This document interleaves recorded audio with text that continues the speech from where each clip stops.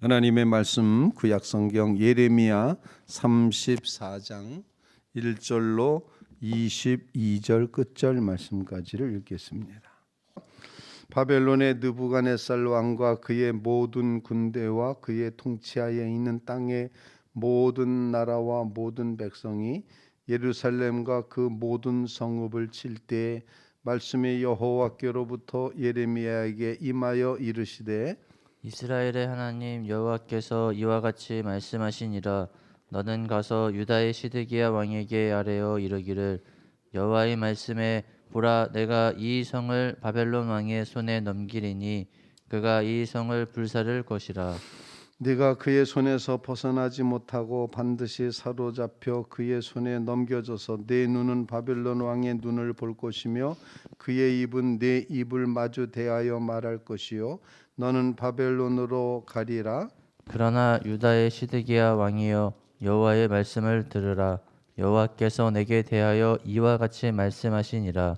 내가 칼에 죽지 아니하고 평안히 죽을 것이며 사람이 너보다 먼저 있는데 조상들 곧 선왕들에게 분향하던 것 같이 네게 분향하며 너를 위하여 애통하기를 슬프다 주여 하리니 이는 내가 말하였음이라 여호와의 말씀이니라 하시니라. 선지자 예레미야가 이 모든 말씀을 예루살렘에서 유다의 시드기야 왕에게 아뢰니라. 그때 바벨론 왕의 군대가 예루살렘과 유다의 남은 모든 성읍들을 쳤으니 곧 라기스와 아세가라 유다의 견고한 성읍 중에 이것들만 남았음이더라. 시드기야 왕이 예루살렘에 있는 모든 백성과 한 가지로 하나님 앞에서 계약을 맺고 자유를 선포한 후에 여호와께로부터 말씀이 예레미야에게 임하니라. 그 계약은 사람마다 각기 히브리 남녀노비를 놓아 자유롭게 하고 그의 동족 유다인을 종으로 삼지 못하게 한 것이라. 이 계약에 가담한 고관들과 모든 백성이 각기 노비를 자유롭게 하고 다시는 종을 삼지 말라 함을 듣고 순복하여 놓았더니, 후에 그들의 뜻이 변하여 자유를 주었던 노비를 끌어다가 복종시켜 다시 노비로 삼았더라. 그러므로 여호와의 말씀이 여호와께로부터 예레미야에게 임하니라. 이르시되, 이스라엘 하나님 여호와께서 이와 같이 말씀하시니라. 내가 너희 손조를 애굽 땅 종의 집에서 인도하여 낼 때 그들과 언약을 맺으며 이루기를, 너희 형제 이브리 사람이 내게 팔려왔거든 너희는 7년 되는 해에 그를 놓아줄 것이니라. 그가 6년 동안 너를 섬겼은즉 그를 놓아 자유롭게 할지니라 하였으나 너희 선조가 내게 순종하지 아니하며 귀를 기울이지도 아니하였느니라. 그러나 너희는 이제 돌이켜 내 눈앞에 바른 일을 행하여 각기 이웃에게 자유를 선포하되 내 이름으로 일컬음을 받는 집에서 내 앞에 계약을 맺었거늘, 너희가 돌이켜 내 이름을 더럽히고 각기 놓아 그들의 마음대로 자유롭게 하였던 노비를 끌어다가 다시 너희에게 복종시켜 너희의 노비로 삼았도다. 그러므로 여호와께서 이와 같이 말씀하시니라. 너희가 나에게 순종하지 아니하고 각기 형제와 이웃에게 자유를 선포한 것을 실행하지 아니하였은즉 내가 너희를 대적하여 칼과 전염병과 기근에게 자유를 주리라. 여호와의 말씀이니라. 내가 너희를 세계 여러 나라 가운데 흩어지게 할 것이며 송아지를 둘로 쪼개고 그 두 조각 사이로 지나매 내 앞에 언약을 맺었으나 그 말을 실행하지 아니하여 내 계약을 어긴 그들을 그 송아지 두 조각 사이로 지난 유다 고관들과 예루살렘 고관들과 내시들과 제사장들과 이 땅 모든 백성을 내가 그들의 원수의 손과 그들의 생명을 찾는 자의 손에 넘기리니 그들의 시체가 공중의 새와 땅의 짐승의 먹이가 될 것이며, 또 내가 유다의 시드기야 왕과 그의 고관들을 그의 원수의 손과 그의 생명을 찾는 자의 손과 너희에게 떠나간 바벨론 왕의 군대의 손에 넘기리라. 여호와의 말씀이니라. 보라, 내가 그들에게 명령하여 이 성읍에 다시 오게 하리니 그들이 이 성읍을 쳐서 빼앗아 불사를 것이라. 내가 유다의 성읍들을 주민이 없어 처참한 황무지가 되게 하리라. 아멘. 이는 살아계신 하나님의 말씀입니다.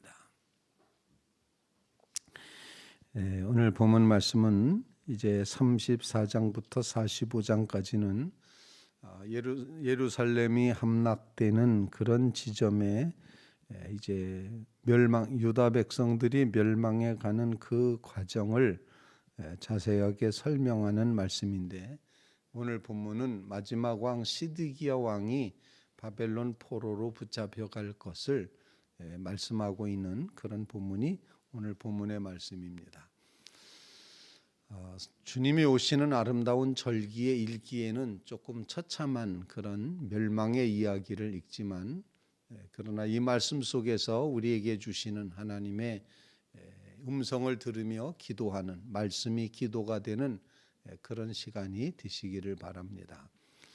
오늘 본문 말씀을 통하여 하나님께서는 그 백성에 대해서 철저하게 심판하시는 하나님의 모습으로 다가오고 있습니다. 하나님은 심판하신다라는 그런 이제 커다란 진리를 보여주고 있습니다. 시드기야 왕에게 이제 이르기를, 여호와의 말씀에 보라, 이 성을 바벨론 왕의 손에 넘기리니 그가 이 성을 불사를 것이라, 이렇게 말하면서 이 성이 멸망하는 것뿐만 아니라 너는 바벨론으로 시드기야 왕이 바벨론 느부갓네살 왕 앞으로 끌려가게 될 것이라. 그래서 너가 그 왕을 직접 대면하게 될 것이고 서로 마주 이제 이야기를 나누게 될 것이다. 이렇게 표현을 합니다. 보통 전쟁을 통해서 적군의 적장을 사로잡거나 상대방 나라의 임금을 사로잡으면 대개 죽이는 게 예입니다. 그래서 죽임으로써 완전히 다시는 이제 반란을 일으키거나 저항을 하거나 다시 돌아가거나 하지 못하도록 하기 위해서 죽이는 게 예인데, 오늘 본문 말씀 시드기야에게는 그러나 너가 바벨론에 이제 잡혀가게 되겠지만 그러나라고 말씀하시면서 시드기야 왕에게 베풀어지는 하나의 은혜가, 은총이 거기 본문에 기록이 되고 있습니다. 5절 말씀에 보면은 내가 칼에 죽지 아니하고 평안히 죽을 것이며 사람이 너보다 먼저 있었던 조상들 선왕들에게 분향하던 것 같이 너를 내게 분향하게 될 것이고 너를 위하여 애통하기를 슬프다 주여, 슬프다 임금님이여 라고 그렇게 애통해 할 것이다 라고 말하고 있습니다. 그게 위로가 될까? 이런 생각을 해봤습니다. 나라는 망했고 자신은 포로로 붙잡혀 가는데 평안히 그곳에서 살다가 죽는다는 게 그게 위로일까?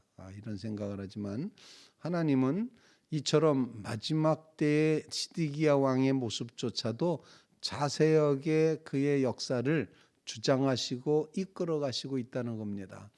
멸망당하지만 바벨론 포로로 붙잡혀가지만 칼에 죽지는 않는다. 생명의 수는 다 누리다가 가게 될 것이다. 이렇게 예언하심으로써 심판하시는 하나님의 그 심판의 모습이 아주 자세하게 말씀대로 그대로 실현되어 감을 우리에게 증거해 보여주고 있습니다. 오늘은 하나님의 심판하시는 모습이 이렇게 아주 철저하다는 사실을 다시 한번 기억하며, 거룩하신 하나님의 그 심판대 앞에 설 믿음의 백성들은 어떻게 살아야지 될까? 심판하시는 하나님 앞에 설 때 우리의 죄는 회개하게 하여 주시고 우리 하나님을 향하여 언약 맺었던 모든 언약은 더 분명히 지켜가게 해 주시옵소서. 심판하시는 하나님 앞에 어찌 설 것인가, 어떤 모습일 것인가를 결단하며 서는 그런 귀한 하루가 되게 해 주시옵소서. 이런 간구를 주님 앞에 올릴 수 있기를 간절히 바랍니다. 그 다음 부분에서는 하나님께서 이제 그 백성들에게 이 백성이 잘하다가 끝까지 잘하지 못하고 중간에 뜻을 변개해서 마음이 바뀌어서 다시 옛날로 돌아가 버린 그런 모습에 대해서 심판하시는 그런 말씀이 기록이 되고 있습니다. 백성들이 하나님의 언약의 말씀을 읽고 깨닫다가 오늘 본문 8절 말씀, 시드기야 왕이 예루살렘에 있는 모든 백성들과 한 가지로 하나님 앞에서 계약을 맺고 자유를 선포했다. 이 굉장히 중요한 단어입니다. 자유를 선포했다. 자유케 한다. 그래서 오늘 이 두 번째로 우리에게 주시는 말씀은 하나님은 사람을 자유케 하신다. 예수님은 우리를 자유케 하시기 위해서 이 땅에 오셨다.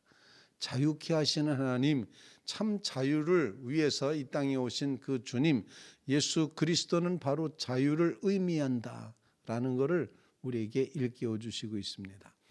그래서 구약 시대 때 다시 동족 히브리 동족을 노예로 삼았거든 6년 동안 열심히 노비로 일하거든 7년째 되는 애는 풀어줘야 된다라는 동족 이걸 이제 동족 노예 금지법이라고 표현하는 그런 법이 있었습니다. 그래서 7년 안식년에는 다 풀어줘야 된다. 돌아가게 해야 된다.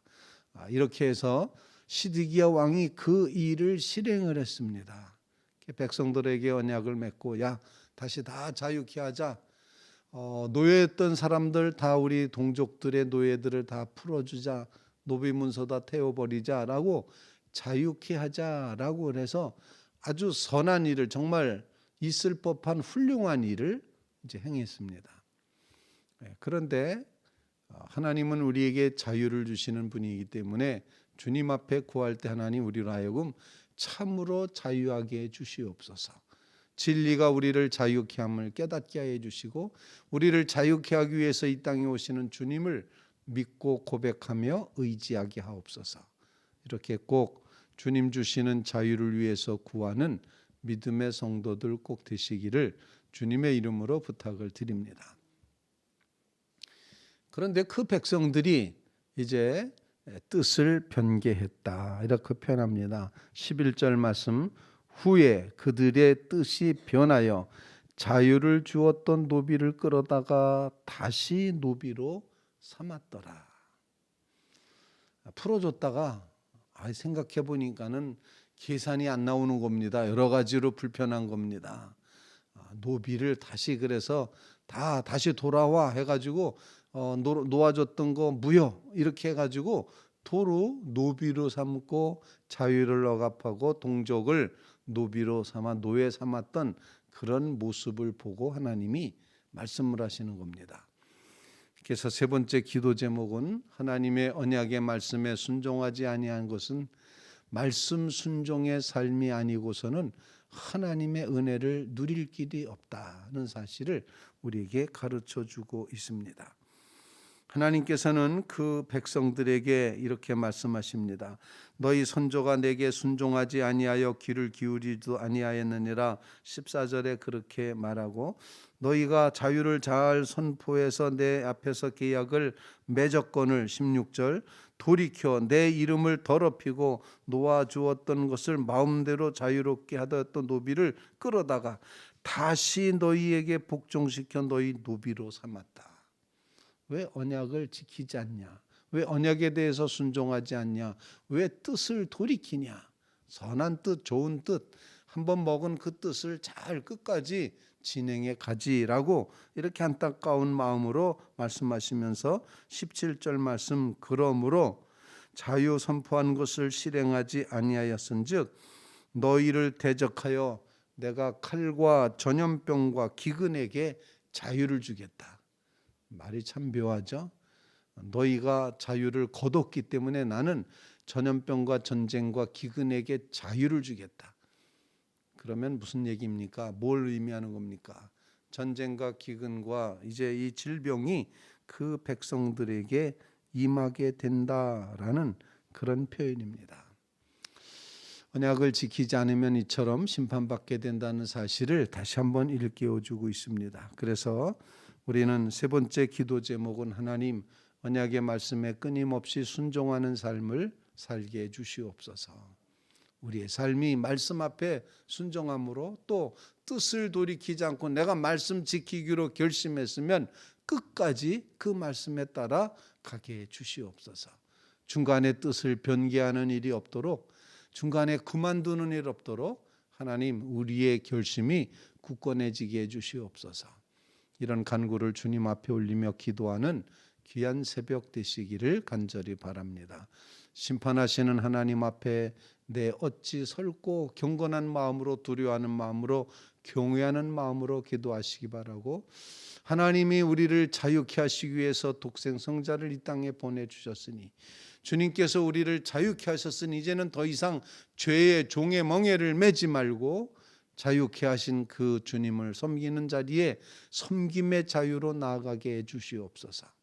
그리고 언약하신 하나님의 말씀에 따라 끊임없이 순종하며 살아가는 삶을 이루게 해주시옵소서. 간절히 주님 오심을 기대하며 기도하는 귀한 새벽 되시기를 주님의 이름으로 부탁을 드립니다.